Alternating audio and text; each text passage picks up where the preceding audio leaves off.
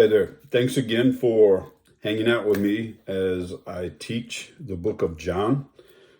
I don't want to teach a lesson today so much as review a couple things and remind you just how to get more out of your Bible reading.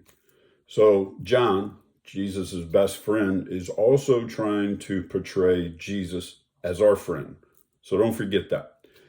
The last verse in the book of John says this, that Jesus did so many other things that if they were all written, the entire world could not contain them. There's not enough space in the world. So think about that.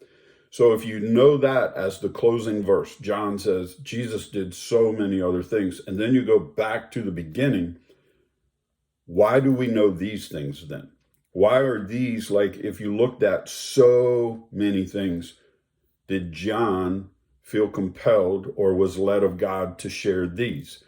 And I've told you, like, to slow down. And John's an amazing storyteller, story writer. And so he contains these details that if you'd really slow down and think, why do I need to know that? Like, you could pull details out and the story still tells itself. For example, the wedding, water to wine, right? It says Jesus and his disciples were invited. We don't need to know that, but we do. Also, there were 6 water pots that he filled, and I love the detail, to the brim. Again, if they just said they filled 6 water pots, water to wine, we'd focus on the water to wine. It's like, hey, awesome miracle, or sign, actually. So why do we need to know that? Then Nicodemus, if we just knew he came to Jesus, same outcome, but he came to Jesus alone at night. Why? Like what's that about? Again, if you really just slow down in the stories, we're spoiled because we know the end of every story. We know they don't run out of water and wine and all of that. We know Nicodemus, we know.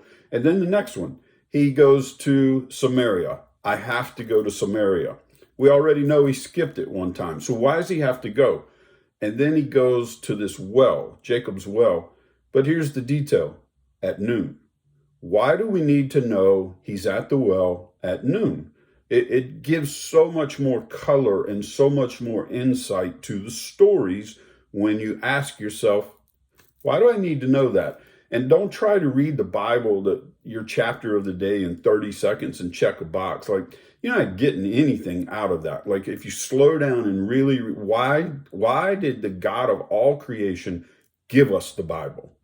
Start there. Like, why do we have the Bible?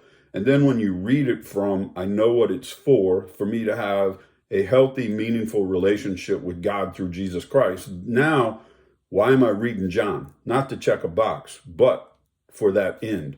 Also, just to prime where we're going, where were you in 1987? What were you doing? And I look forward to our next story. Have an awesome day. And again, thanks for your comments, especially. They mean a lot.